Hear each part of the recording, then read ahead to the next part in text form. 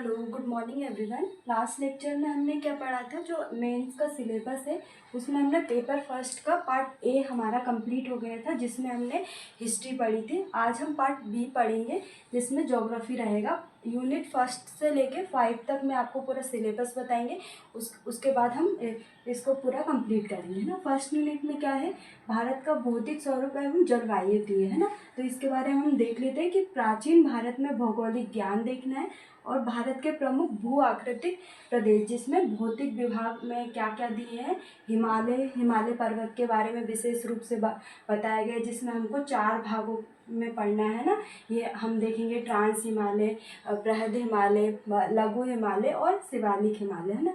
इसके बाद उत्तर भारत का विशाल मैदान पढ़ेंगे और प्रायद्वीपीय पठार के बारे में, है ना। प्रायद्वीपीय पठार वैसे तो 5 भागों में 5 है डिवीज़न, पर मुख्य रूप से इसमें 3 बताएं। एक हिमालय पर्वत और उत्तर भारत का विशाल मैदान और प्रायद्वीपीय पठार, जो कि सबसे सबसे सबसे पुराना है ना, सबसे पुराना पठार है। और जो हिमालय है सब नवीन है ना। इसके बाद हमको क्या पढ़ना है, प्रमुख पहाड़ियाँ देखना है, पठार देखना है, नदियाँ और झीलें, है ना। जो हमको प्री में भी पढ़ना है और मेंस में भी। इसको हमको प्री के पॉइंट ऑफ व्यू से भी देखना है और मेंस के। जो अभी जो हाल ही में प्री में क्या जो झील है वो अलग से डिफाइन किया है ना। भारत में मिट्टियाँ देखना है, जिसमें उसके प्रकार देख रहे हैं, वितरण देखना है ना, कितने प्रकार की मिट्टियाँ पाई जाती है। भारत में 8 प्रकार की मिट्टियाँ पाई जाती है, जिसमें हम देखेंगे, है ना। इन डिटेल इसको अच्छे से पढ़ेंगे। और जलवायु में क्या ऋतुएं भारत में कितनी 4 ऋतुएं। तापमान देखेंगे हम, वर्षा देखेंगे, मानसून की उत्पत्ति कैसे हुई इसके बारे में पढ़ेंगे। और ऊपरी वायु परिसंचारण, जिसको क्या बोलते हैं, जेट स्ट्रीम बोलते हैं ना, इसके बारे में हम देखेंगे। जलवायु घटनाओं के बारे में देखेंगे, जिसमें हम अल नीनो के बारे में देखेंगे, ला नीनो के बारे में देखेंगे, दक्षिणी दोलन के बारे में देखेंगे। और पश्चिमी विक्षोभ, हिंद महासागर, जो मुख्य रूप से क्या भारत में आता है। जो पश्चिमी विक्षोभ है, पूर्वी विक्षोभ भारत में प्रवेश नहीं करता, इसलिए इसमें दिया नहीं है। पश्चिमी विक्षोभ जो कि भारत में विशेष रूप से रहता है। हिंद महासागर के बारे में देखेंगे हम, द्वीप के बारे में देखेंगे, जलवायु परिवर्तन के परिणाम के बारे में देखेंगे ना, क्लाइमेट चेंज के बारे में देखेंगे। तो ये हमारी फर्स्ट यूनिट है। नेक्स्ट हम सेकेंड यूनिट के बारे में देखते हैं।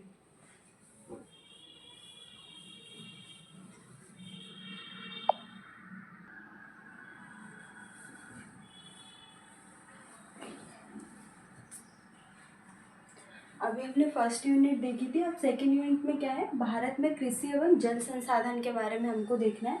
इसमें क्या पढ़ना है हमको, कृषि के बारे में, जिसमें प्रमुख फसलों के बारे में देखना है। खाद्यान्न फसलें हो गई, व्यापारिक फसलें हो गई, है ना, अनाज वाली फसलें हो गई, और श्री अन्न के बारे में पढ़ना है, जिसमें मुख्य रूप से 8 जो अनाज है उसको रखा गया है, मोटे अनाज, है ना। और उनका उत्पादन और वितरण, है ना, कौन सा स्टेट प्रथम स्थान पे, दूसरे पे कौन है ना। इसके बाद हमको सिंचाई देखना है, सिंचाई के प्रमुख तकनीकें देखना है, तकनीकों के प्रकार देखना है, सिंचाई के प्रमुख स्रोत क्या हैं, और बहुउद्देशीय परियोजनाएं, सिंचाई के लिए कौन कौन सी परियोजनाएं चलाई जा रही है ना। इसके बाद हमको नेक्स्ट देखना है खाद्य सुरक्षा पढ़नी है, हरित क्रांति देखनी है, दूसरी हरित क्रांति देखनी है, और सतत कृषि के लिए रणनीति, है ना।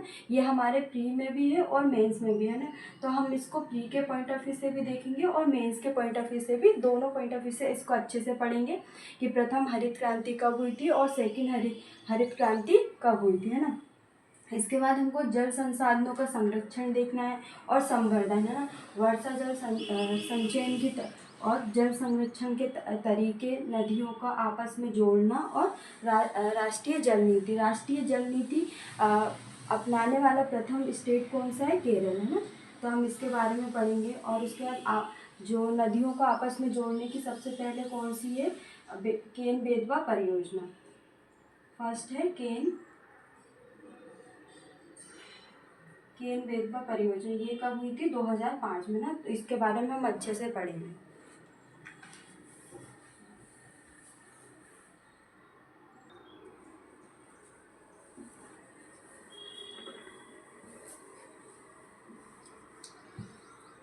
थर्ड यूनिट हम देखेंगे। फर्स्ट यूनिट हमने देख ली, सेकंड यूनिट भी हमने देख ली। थर्ड यूनिट में क्या है, भारत में प्राकृतिक संसाधन और उद्योग के बारे में हमको देखना है।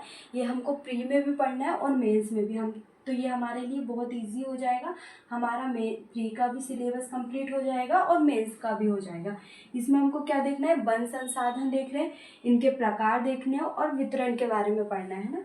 इसके बाद प्रमुख खनिजों के बारे में देखना है, जो कि प्री के पॉइंट ऑफ व्यू से बहुत ज़्यादा इंपॉर्टेंट है, एक क्वेश्चन आते ही है इसमें से। ऊर्जा संसाधनों के बारे में पढ़ना है ना। इसके बाद हमको ऊर्जा संकट के बारे में देखना है और ऊर्जा के गैर पारंपरिक स्रोत देखने हैं ना हमको, जिसमें सौर ऊर्जा हो गई, पवन ऊर्जा हो गई, है ना, ये सारी। इसके बाद हमको प्रमुख उद्योगों के बारे में पढ़ना है, जिसमें लौह उद्योग, इस्पात उद्योग, सीमेंट उद्योग, कागज उद्योग, शक्कर उद्योग और शक्कर और सूती वस्त्र उद्योग, जो कि सबसे बड़ा उद्योग है ना भारत में। और सीमेंट उद्योग में विशेषकर हमारा क्या, जो सतना है, कटनी है ना, जहाँ पे चूना पत्थर का उत्पादन सबसे ज़्यादा होता है ना। प्रमुख खाद्य प्रसंस्करण उद्योग के बारे में पढ़ना है ना। इसके बाद फोर्थ यूनिट में हमको क्या देखना है, आपदाएं और उनकी तकनीकें देखना है ना। तो भारत में प्राकृतिक खतरे के बारे में देखना है और आपदाओं, जिसमें मुख्य रूप से भूकंप के बारे में पढ़ना है हमको, सुनामी के बारे में देखना है, सूखा है ना, बाढ़ की स्थिति, ओलावृष्टि के बारे में देखना है, कोहरा देखना है और बादल फटना है। ये मुख्य रूप से कहाँ पर होते हैं, हिमालय क्षेत्र में होता है ना।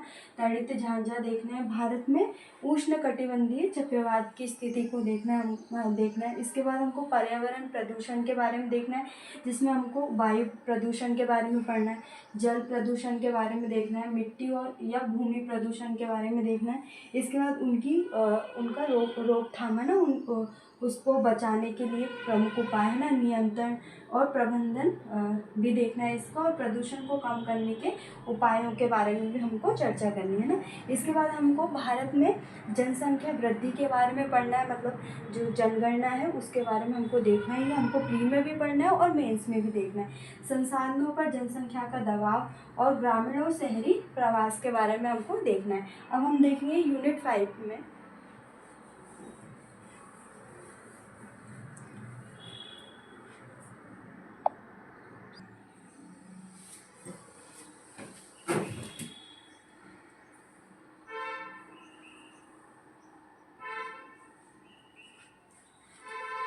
यह हम यूनिट 4 में ही है ना, भूगोल में उन्नत तकनीकी के बारे में देखना है, जिसमें सुदूर संवेदन के बारे में पढ़ना है, भौगोलिक सूचना प्रणाली जिसको क्या बोलते हैं, GIS, भौगोलिक स्थिति निर्धारण प्रणाली जिसको GPS बोलते हैं, तथा इनके अनुप्रयोग देखने हैं और उपग्रह के प्रकार देखने हैं।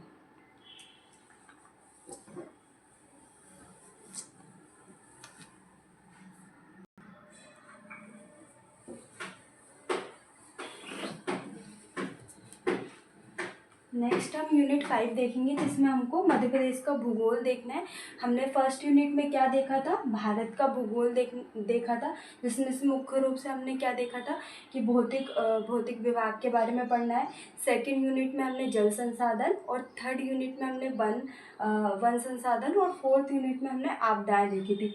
फिफ्थ यूनिट में मध्य प्रदेश का भूगोल है, जिसमें मुख्य रूप से क्या है, प्रमुख भू आकृतिक प्रदेश है, जिसमें क्या भौतिक विभाग है, जिसमें मुख्य रूप से हमको क्या दिया है, मालवा का पठार, मध्य भारत का पठार, बुंदेलखंड का पठार, विंध्याचल श्रेणी और बघेलखंड का पठार, नर्मदा सोन घाटी और सतपुड़ा श्रेणी। ये हमको ये पठार है, मुख्य रूप से इसको पढ़ना है। और प्रमुख नदियाँ और उनकी सहायक नदियों के बारे में देखना है।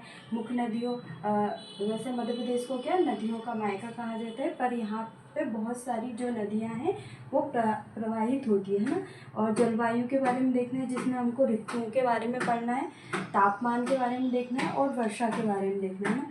और मिट्टियों के बारे में देखना है, जिसमें मुख्य रूप से मध्य प्रदेश में कितनी प्रकार की मिट्टियाँ पाई जाती है, 5 प्रकार की मिट्टी पाई जाती है। उनके प्रकार देखना है, वितरण के बारे में देखना है, मृदा अपरदन के बारे में पढ़ना है। मृदा अपरदन मुख्य रूप से ये घटना कहाँ पर देखने को मिलती है, हमें मध्य प्रदेश के अंतर्गत चंबल प्रदेश में हमको देखने को मिलती है।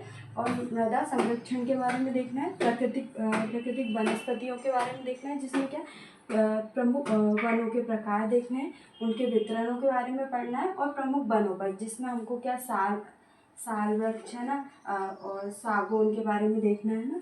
इसके बाद प्रमुख फसलों के बारे में देखना है, सिंचाई और सिंचाई परियोजनाओं के बारे में पढ़ना है, प्रमुख खनिज और ऊर्जा संसाधनों के बारे में, और गैर पारंपरिक ऊर्जा स्रोत, प्रमुख उद्योगों के बारे में देखना है, जिसमें हमको लघु उद्योग और कुटीर उद्योगों के बारे में देखना है। इसको क्या MSME के बारे में हमको पढ़ना है डिटेल। और मध्य प्रदेश में क्या जनसंख्या वृद्धि के बारे में देखना है, वितरण के बारे में, घनत्व और नगरीकरण। इसमें हमको ये भारत के परिप्रेक्ष्य में भी पढ़ना है और मध्य प्रदेश ये हमको दोनों परिप्रेक्ष्य में पढ़ना है, और इसको हमको प्री में भी देखना है और मेंस में भी देखना है। तो ये हमारा जो पूरा जो सिलेबस है मेंस का, ये प्री में भी हमको पढ़ना है और मेंस में भी पढ़ना है ना। नेक्स्ट लेक्चर में हम पेपर सेकंड देखेंगे, जिसका हम पार्ट ए देखेंगे।